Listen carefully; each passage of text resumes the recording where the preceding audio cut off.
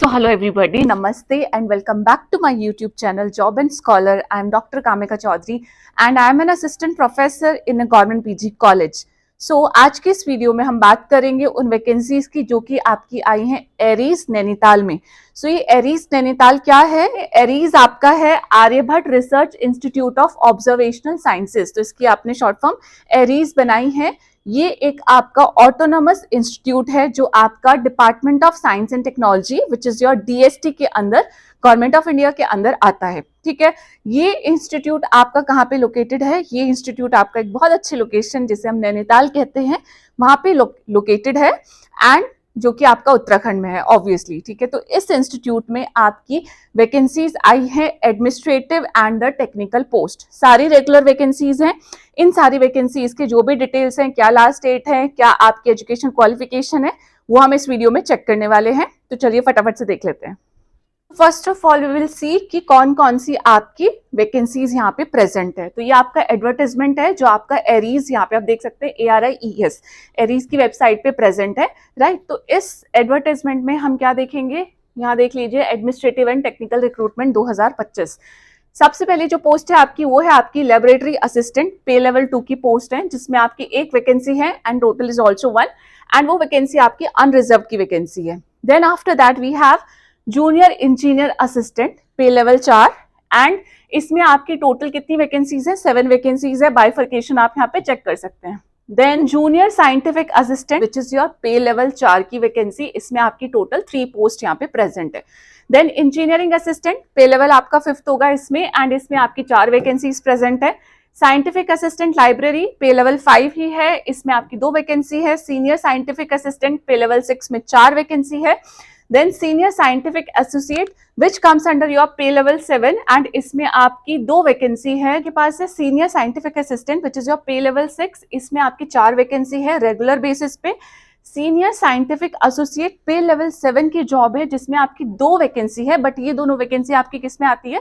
ये deputation basis पे आपकी वैकेंसी. आप देख लीजिए यहाँ पे डेपुटेशन बेसिस में ये आपकी वैकेंसी प्रेजेंट है. Then after that lower division clerk जिसमें आपकी पे लेवल जो होगा वो 2 होगा, उसमें आपका 2 वैकेंसीज प्रेजेंट है. देन अपर डिवीजन क्लर्क है, उसमें एक डेपुटेशन की आपकी वैकेंसी प्रेजेंट है. अकाउंट असिस्टेंट पे लेवल 5 में टोटल आपकी 2 वैकेंसी है रेगुलर वाली. एडमिनिस्ट्रेटिव असिस्टेंट में आपकी 1 वैकेंसी है. जूनियर ऑफिसर में भी आपकी 2 वैकेंसी आपकी रेगुलर की है, 2 वैकेंसी आपकी डेपुटेशन बेसिस की है. Personal assistant is your pay level 6 जिसमें आपकी 1 ही वैकेंसी है, अनरिजर्व की वैकेंसी है ये. ड्राइवर की पोस्ट है, पे लेवल 4 की पोस्ट है, इसमें आपकी 1 वैकेंसी है. एंड देन आपका है मल्टीटास्किंग स्टाफ जो जिसमें आपका पे लेवल 1 की सैलरी आपको मिलेगी एंड टोटल आपकी इसमें 7 नंबर ऑफ पोस्ट है. तो ऑल इन ऑल अगर हम सारी पोस्ट का टोटल करते हैं तो रेगुलर की 36 पोस्ट है एंड डेपुटेशन बेसिस की हमारे पास 8 वैकेंसीज इसमें आई हुई हैं. राइट, तो ये था आपका सारी पोस्ट का बाइफर्केशन रिजर्वेशन कैटेगरी वाइज. तो आप यहाँ से स्टेबल से चेक कर सकते हैं. थोड़ा नीचे जाएंगे इस वाले एडवर्टाइजमेंट में तो हम क्या देखेंगे कि सारी टर्म्स एंड कंडीशंस जो इन सारी पोस्ट को फिल करने के लिए आपकी अप्लाई होती है वो आपको ये मेमोरेंडम पढ़ लेना है विच इज योर डेटेड मार्च 28 2024. जितनी भी डेपुटेशन वाली पोस्ट है उन लोगों को ये मेमोरेंडम आप सर्च कर सकते हैं and then you can read it. ठीक है, देन आपका क्या है इसमें education qualification for the post, उसके बाद हम ये चेक कर लेते हैं. सबसे पहले बात करेंगे लेबोरेटरी असिस्टेंट जो आपकी है पे लेवल 2 की वैकेंसी एंड इसमें आपकी अनरिजर्व की 1 पोस्ट है. यहाँ पे मेंशन है एजुकेशन क्वालिफिकेशन में कितना मांगा है? 12th क्लास पास आप होने चाहिए from any recognised university and कोई भी आपकी परसेंटेज इसमें प्रेजेंट हो सकती है. एज लिमिट भी साथ के साथ में प्रेजेंट है. कितनी एज लिमिट बताई है? 18 से लेकर 27 साल आपकी एज लिमिट हो सकती है. एंड उसके बाद जो आपका सेंट्रल गवर्नमेंट का एज रिलैक्सेशन होता है, for example SC ST category में 5 इयर्स का एज रिलैक्सेशन आपको दिया जाता है, वो भी आपको यहाँ पे मिल जाएगा. ठीक है, general category age is your 18 to 27 years. Next is junior engineer assistant pay level 4 है. ये 3 आपकी ब्रांचेस हैं, इलेक्ट्रॉनिक्स, मैकेनिकल एंड इलेक्ट्रिकल. सब में नंबर ऑफ वैकेंसीज प्रेजेंट है. इसेंशियल क्वालिफिकेशन क्या मांगी है? 2 साल का आपके पास ITI का सर्टिफिकेट प्रेजेंट होना चाहिए इन इंजीनियरिंग और द टेक्निकल स्ट्रीम. उसके साथ में 2 साल का यहाँ पे post qualification experience in the same grade, यानी कि आपका पे लेवल 4 में आप कहीं पे पहले से काम कर रहे हो या आपके पास प्रेजेंट होना चाहिए. ठीक है, डिजायरेबल क्या है आपके पास कि आप डिजायरेबल है, नॉट नेसेसरी, ठीक है, आपके पास एक वैलिड लाइसेंस भी प्रेजेंट हो in the engineering stream. Age limit फिर से वही है 18 से लेके 27 ईयर्स। देन हम बात करेंगे next post which is your junior scientific assistant. इसमें आपकी एसेंशियल क्वालिफिकेशन क्या है कि आपके पास बीएससी होना चाहिए फिजिक्स एंड मैथ्स कंपलसरी, उसके साथ में 2 साल का आपके पास पोस्ट क्वालिफिकेशन एक्सपीरियंस भी मांगा है।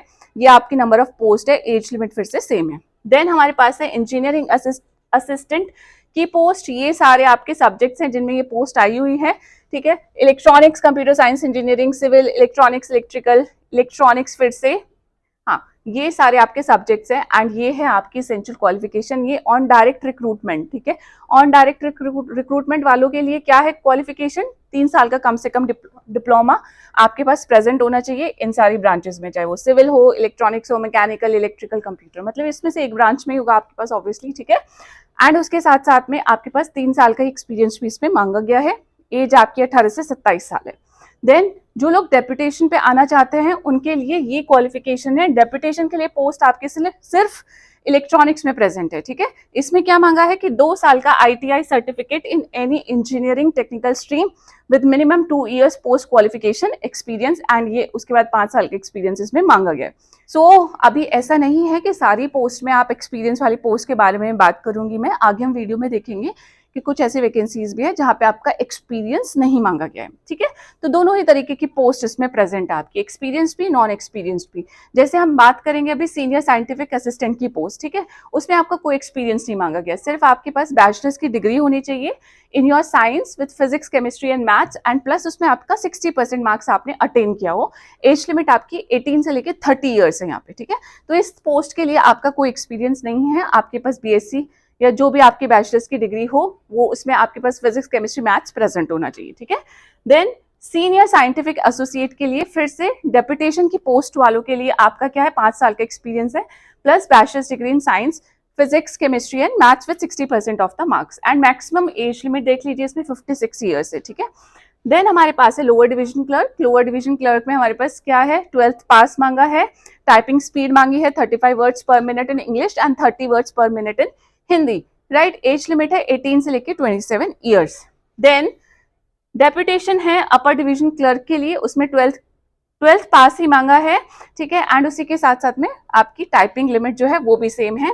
देन आपके पास क्या है, इसमें आपका एक्सपीरियंस मांगा, क्योंकि डेपुटेशन की पोस्ट है तो ऑब्वियसली उसमें आपका एक्सपीरियंस मांगा जाएगा कि 8 साल का आपके पास एक्सपीरियंस है पे लेवल 2 का, और ये पोस्ट है आपकी पे लेवल 4 की, ठीक है। देन हमारे पास है अकाउंट असिस्टेंट की पोस्ट। अकाउंट असिस्टेंट की ओबीसी की 1 पोस्ट है, ईडब्ल्यूएस की 1 पोस्ट है, बीकॉम की डिग्री मांगी है, परसेंटेज कुछ नहीं बताया गया है किसी भी रिकॉग्नाइज्ड यूनिवर्सिटी से, एंड उसके साथ में 5 साल का आपसे एक्सपीरियंस मांगा है अकाउंट्स में।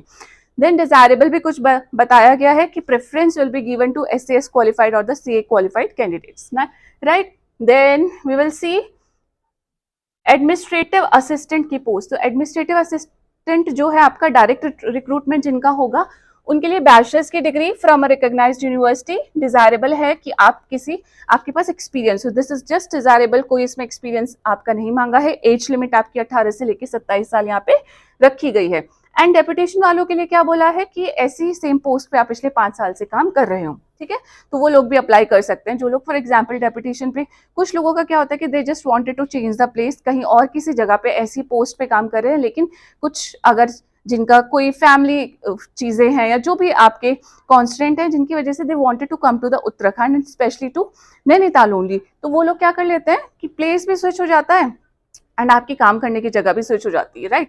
तो उन लोगों के लिए डेपुटेशन बेसिस की आपकी वैकेंसीज आती हैं। देन हमारे पास है जूनियर ऑफिसर की वैकेंसी। आपकी अनरिजर्व की एक वैकेंसी है, बैचलर्स डिग्री मांगी है किसी भी रिकॉग्नाइज्ड यूनिवर्सिटी से and basic knowledge of computer.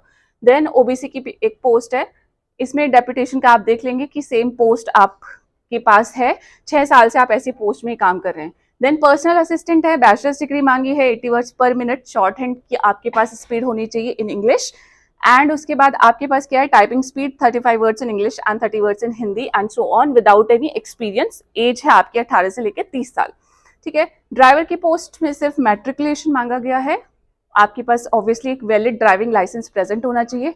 Knowledge of motor mechanics भी आपके पास प्रेजेंट होनी चाहिए, experience of driving a motor car कम से कम पिछले 5 सालों से भी प्रेजेंट होना चाहिए, ठीक है।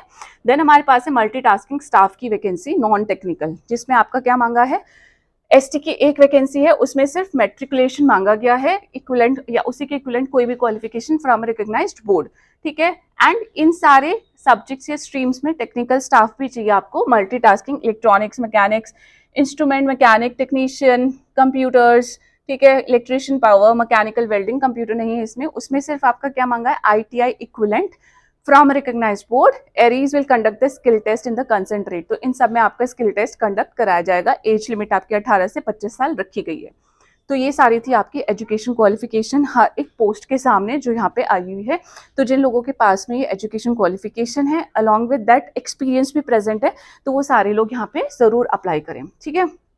देन कुछ जनरल टर्म्स एंड कंडीशन दी गई हैं। वो जनरल टर्म्स एंड कंडीशन में जो हमारे पास सबसे इंपॉर्टेंट चीज है वो ये है कि आपका जो ऑब्वियसली जो रिजर्वेशन है that is going to work according to the central government का rules and regulations only. Fees कितनी रखी गई है, 500 रुपए की फीस रखी गई है general and OBC category candidate के लिए। SC ST PWBD women ex serviceman के लिए कोई भी फीस यहाँ पे नहीं है। तो general and OBC category candidate को 500 रुपए पे करने हैं। उसके अलावा आप किसी भी कैटेगरी से बिलोंग करते हो एंड या फिर आप वुमेन कैंडिडेट हो, तब उस केस में आपकी कोई फीस नहीं है, ठीक है। देन हमारा इसमें क्या है, कोई TA नहीं दिया जाएगा, जहां पे भी आपका रिटर्न या स्किल टेस्ट होगा वो टाइमली आपको इन्फॉर्म कर दिया जाएगा, ठीक है। देन आफ्टर दैट यहाँ पे जो है आपको 17 अक्टूबर तक इस फॉर्म को फिल कर देना है, यानी कि 17 अक्टूबर इस फॉर्म को फिल करने की लास्ट डेट है, ठीक है। बाकी इन सारे पॉइंट्स को आप बहुत ध्यान से पढ़ लेंगे। कहाँ पे आपको एडवर्टाइजमेंट मिलेगा, यहाँ पे मिलेगा aries.res.in/opportunities, ठीक है। Selection will be done on the basis of written test or examination. The skill or trade test will only be qualifying in nature, right?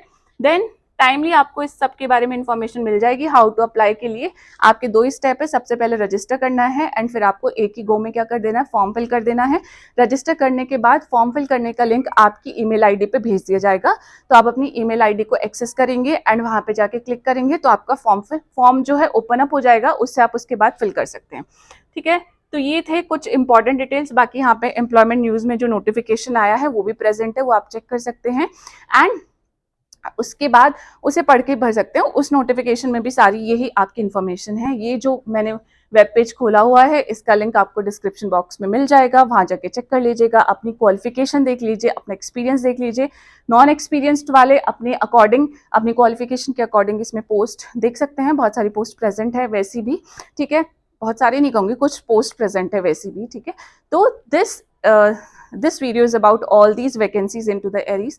Location बहुत अच्छी है, इंस्टीट्यूट बहुत अच्छा है, ये दोनों चीज़ों की गारंटी है, प्लस सैलरी भी बहुत अच्छी होगी, सेंट्रल गवर्नमेंट के अकॉर्डिंग ही होगी, ठीक है। तो दिस वाज अबाउट दिस। आपको कोई और कंफ्यूजन है, कोई और क्वेरी है, मुझे कमेंट करके पूछ सकते हैं एंड बाकी ऐसी एक और वीडियो के साथ आपको मिलती हूँ, कल ही मिल जाऊंगी, ठीक है। कल आपको जरूर मिलूंगी, तो कल भी आप वीडियो चेक कर सकते हैं। हो सकता है इस वीडियो में आपकी वैकेंसी ना प्रेजेंट हो, तो कल वाली वीडियो में जरूर प्रेजेंट होगी। तब तक के लिए थैंक यू सो मच, अपना ध्यान रखिएगा। जय हिंद, नमस्ते।